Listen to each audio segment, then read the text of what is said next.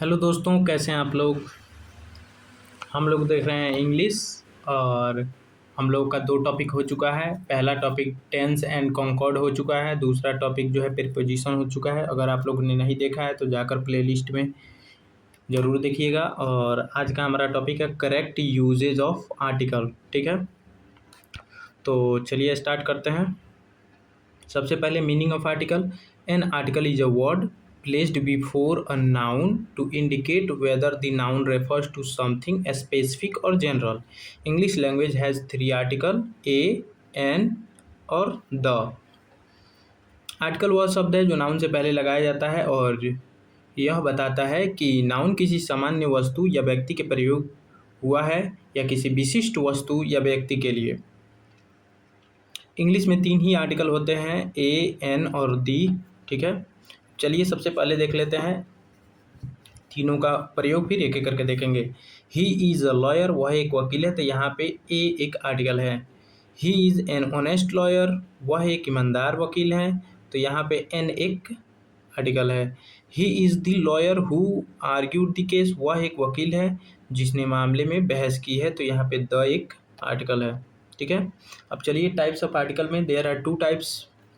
Indefinite article जो जिसमें ए और एन आता है, और डेफिनिट आर्टिकल जिसमें द आता है। ठीक है, आर्टिकल दो प्रकार के होते हैं, इनडिफिनिट आर्टिकल और डेफिनिट आर्टिकल। ए और एन को इनडिफिनिट आर्टिकल कहा जाता है क्योंकि इनका प्रयोग किसी सामान्य या अनिश्चित व्यक्ति या वस्तु के लिए किया जाता है या विशिष्ट व्यक्ति या वस्तु के लिए किया जाता है। ठीक है, use of a. The article a is used before a singular countable noun beginning with a consonant sound.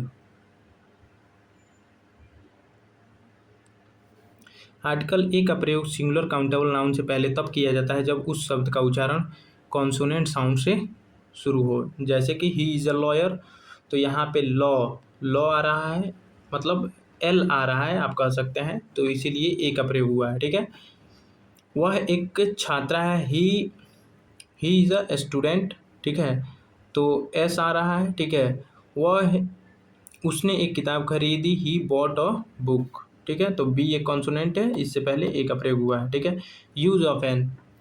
The article an is used before a singular countable noun beginning with the vowel sound. जब vowel sound आएगा तो उसके पहले, ठीक है, N लगेगा। जैसे vowel A, E, I, O, you आता है, या उसका उच्चारण जो है उच्चारण उसका ऐसा हो कि लगे कि वो वॉवेल है। ठीक है, जैसे एच से शुरू हो रहा है कोई, जैसे ऑनेस्ट लिख रहे हैं तो HONEST लिख रहे हैं। जैसे he is an honest person, तो ऑनेस्ट जब लिखेंगे तो एन का प्रयोग होगा, क्योंकि भले ही ये कॉन्सोनेंट है बट इसका जो प्रोनाउंसिएशन है वो ऑनेस्ट आ रहा है। ठीक है, ये तो इसीलिए एन का प्रयोग होगा।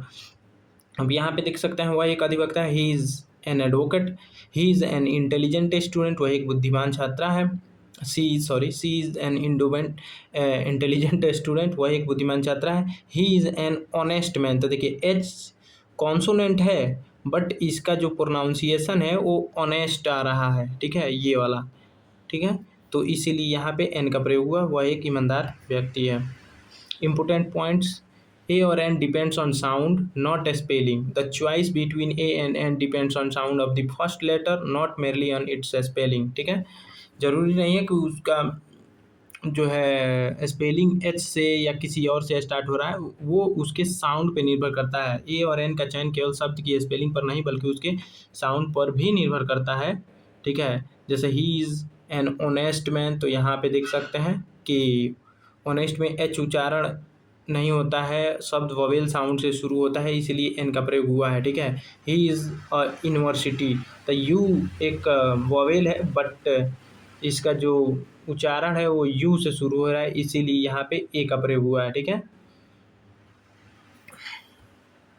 चलिए अदर एग्जाम्पल लेते हैं। ए यूरोपियन, ठीक है, एक यूरोपियन। एन यूरोपियन नहीं होगा क्योंकि यू जो लिखा जा रहा है वो ये है उसका उच्चारण, इसीलिए। यूजफुल बुक, ठीक है, तो a useful book, an useful book नहीं होगा क्योंकि यूजफुल यू से स्टार्ट हो रहा है। ठीक है ना। एन आवर, एच भले एक कॉन्सोनेंट है मतलब, लेकिन आवर ऐसे इसका स्टार्ट हो रहा है आ से, इसीलिए एन लगा हुआ है, ठीक है। अम्ब्रेला है ना, तो यू, ठीक है। NMBA, तो एम देख रहे हैं ना, तो ए आ रहा है, इसका उच्चारण जो है इसीलिए यहाँ पे एन लगा हुआ है, ठीक है। और 1 रुपीज़ व आ रहा है, ठीक है। ओ है तो ए का प्रयोग, एन का प्रयोग नहीं होगा भले, क्योंकि यहाँ पे 1 व आ रहा है ना। हिंदी का जो उच्चारण है वो एक कॉन्सोनेंट मतलब व्यंजन है, इसीलिए। चलिए, general rule of the use of a an an before a preposition. A और an is use before a singular countable noun indicating a person profession और ऑक्यूपेशन। किसी व्यक्ति के प्रोफेशन और ऑक्यूपेशन को बताने के लिए बताने वाली सिंगुलर काउंटेबल नाउन से पहले ए और एन का प्रयोग किया जाता है। जैसे he is a lawyer, he is a जज, शी इज़ अ जज, ही इज़ एन एडवोकेट, ठीक है। Before a singular countable noun used in a general sense. A or n can be used before a singular countable noun when referring to any one member of a class। जब किसी पूरे वर्ग के किसी एक सामान्य सदस्य की बात की जाती है तो सिंगुलर काउंटेबल नाउन से पहले ए और एन का प्रयोग किया जा सकता है। एग्जाम्पल, जैसे a lawyer must be respect the law. एक वकील को कानून का सम्मान करना चाहिए। यहाँ किसी विशेष लॉयर की बात नहीं हो रही है, बल्कि सामान्य रूप से लॉयर की बात हो रही है, ठीक है। In the sense of one, a और एन का प्रयोग कई बार वन के अर्थ में भी किया जाता है। जैसे आई नीड अ पेन, मुझे एक कलम चाहिए। ही हैज़ अ ब्रदर, उसका एक भाई है। इन एक्सप्रेशन ऑफ रेट, ए और एन का प्रयोग रेट या रेशियो बताने के लिए भी किया जाता है। The car was travelling at 60 kilometre an hour, ठीक है। कार 60 किलोमीटर प्रति घंटा की गति से चल रही थी। मैंगोज कॉस्ट 100 अ किलो, आम की कीमत 100 रुपये प्रति किलो है। Use of the is called the definite article.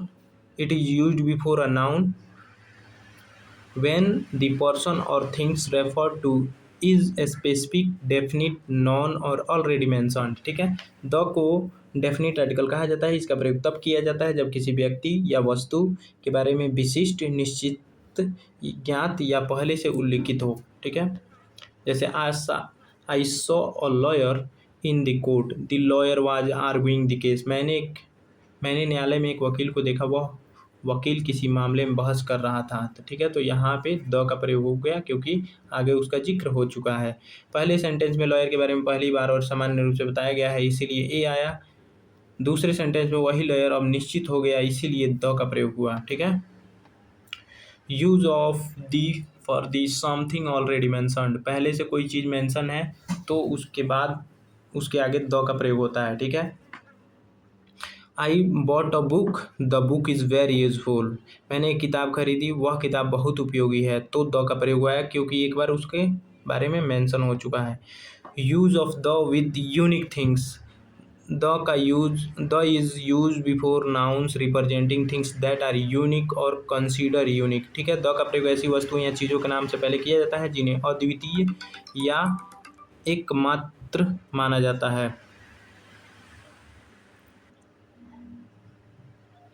जैसे एग्जाम्पल है, the sun rises in the east, सूर्य पूर्व में उगता है, तो यहाँ पे सन क्या है, यूनिक है क्योंकि ये यूनिवर्सल है, सिंगल है। The moon shines at night, चंद्रमा रात में चमकता है, यहाँ पे मून जो है यूनिक है क्योंकि यूनिवर्स में सिर्फ मून एक ही है और सन भी एक ही है, इसीलिए द का प्रयोग हुआ है, ठीक है।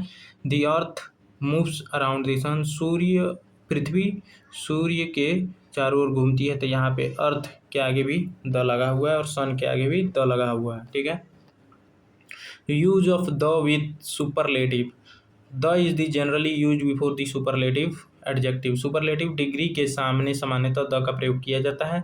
जैसे द बेस्ट, ठीक है। He is the best student in the class, वह कक्षा में सबसे अच्छा छात्र है। This is the most important provision of the act, यह अधिनियम का सबसे महत्वपूर्ण प्रावधान है। तो यहाँ पे सुपरलेटिव डिग्री मोस्ट के सामने द का प्रयोग किया गया है। Use of the with the ordinal number, the is generally use before the ordinal number such as first, second, third, fourth, etc। Ordinal number जैसे फर्स्ट, सेकंड, थर्ड, फोर्थ आदि के पहले सामान्यतः द का प्रयोग होता है। जैसे ही was the first person to reach the court, वह न्यायालय पहुंचने वाला पहला व्यक्ति था। This is the second chapter of the book, यह पुस्तक का दूसरा अध्याय है। Use of the with river, sea, ocean, mountains, ranges, ठीक है। द का प्रयोग नदियों, समुद्रों, महासागरों और पर्वत श्रेणियों के नामों से पहले सामान्यतः किया जाता है, ठीक है। जैसे the Ganga is the sacred river, Ganga एक पवित्र नदी है। The Indian ocean is an ocean, Hind महासागर एक महासागर है। The Himalayas are very high mountains, Himalaya बहुत ऊंचे पर्वत हैं, ठीक है। The use of the with the certain geographical and political names, the is used with the certain geographical names, especially names containing words such as republic, kingdom, state और emirates, ठीक है। कुछ विशेष ज्योग्राफिकल और पॉलिटिकल नेम्स के साथ भी the का प्रयोग होता है, विशेषकर उन नामों में जिनमें रिपब्लिक, किंगडम और स्टेट्स, इमिरेट्स जैसे शब्द शामिल हों, ठीक है। The United State of America, the United Kingdom, the United Arab Emirates, the Republic of India, ठीक है। ऐसे तो इंडिया के सामने द का प्रयोग नहीं किया जा सकता है, लेकिन जब रिपब्लिक आ जाएगा ना तो द का प्रयोग हो जाएगा, ठीक है। The Republic of India, Bharat गणराज्य, ठीक है। Use of the with newspaper, ठीक है। कई समाचार पत्रों के नाम के पहले द का प्रयोग किया जाता है। जैसे I read the Hindu everyday, मैं हर दिन द हिंदू पढ़ता हूँ। He reads the Indian express, वह इंडियन एक्सप्रेस पढ़ता है। तो द का प्रयोग इंडियन एक्सप्रेस हिंदू के सामने आया है। कुछ स्पेसिफिक चीज़ों के सामने जो भारत में या विश्व में सिर्फ एक ही हो, उसके नामों के आगे भी द का प्रयोग किया जाता है। जैसे the Kapil Sharma show, etcetera. Use of the with musical instrument के को एक क्लास के रूप में बताया जाता है, तो उसके पहले सामान्यतः द का प्रयोग होता है, ठीक है। ही प्लेज द गिटार, वह गिटार बजाता है। सी प्लेज द पियानो, वह पियानो बजाती है। Use the with the adjective representing a class, ठीक है। द प्लस एडजेक्टिव का प्रयोग किसी पूरे वर्ग के लोगों को व्यक्त करने के लिए किया जा सकता है। जैसे एग्जाम्पल देख सकते हैं, the rich should help the poor, धनी लोगों को गरीबों की सहायता करनी चाहिए। द पुअर नीड प्रोटेक्शन, गरीब लोगों को सुरक्षा की आवश्यकता होती है। The elderly should be treated with respect, वृद्ध लोगों के साथ सम्मानपूर्वक व्यवहार किया जाना चाहिए। Use of article with proper noun generally do not take an article when used as a individual names, proper noun के साथ सामान्यतः आर्टिकल का प्रयोग नहीं होता जब उनका प्रयोग किसी व्यक्ति या स्थान के विशिष्ट नाम के रूप में हो, ठीक है। Ram is a student, Ram एक छात्र है। India is a democratic country, Bharat एक लोकतांत्रिक देश है। Patna is the capital of Bihar, Patna Bihar की राजधानी है।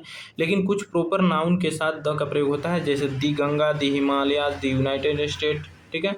Cases where no article is used, the absence of an article is called the zero article. Articles are often omitted before contain nouns when they are used in a general or abstract sense. जब किसी noun के पहले कोई article नहीं लगाया जाता तो इसे जीरो आर्टिकल कहा जाता है। कुछ नाउन्स के साथ जब उनका प्रयोग सामान्यतः या अब्स्ट्रैक्ट सेंस में होता है तो आर्टिकल नहीं लगाया जाता है। जैसे यहाँ पे एग्जाम्पल देख सकते हैं, लाइफ इज प्रीशियस, जीवन अनमूल्य है, जीवन मूल्यवान है। Honesty is the best policy, तो यहाँ पे ऑनेस्टी के सामने द का प्रयोग नहीं, आगे द का प्रयोग नहीं होगा। Honesty is the best policy, a best superlative degree है, that's why we use the article here. ईमानदारी सबसे अच्छी नीति है। एजुकेशन इज इम्पोर्टेंट, शिक्षा महत्वपूर्ण है। Justice is essential for society, न्याय समाज के लिए आवश्यक है। No article before names of language and subjects, ठीक है। भाषाओं और एकेडमिक सब्जेक्ट के नाम से पहले आर्टिकल का प्रयोग नहीं किया जाता जब उनका प्रयोग सामान्य अर्थ में हो। जैसे English is an international language, अंग्रेजी एक अंतर्राष्ट्रीय भाषा है। Law is an important subject, law एक महत्वपूर्ण विषय है। History is an interesting subject, history एक रोचक विषय है।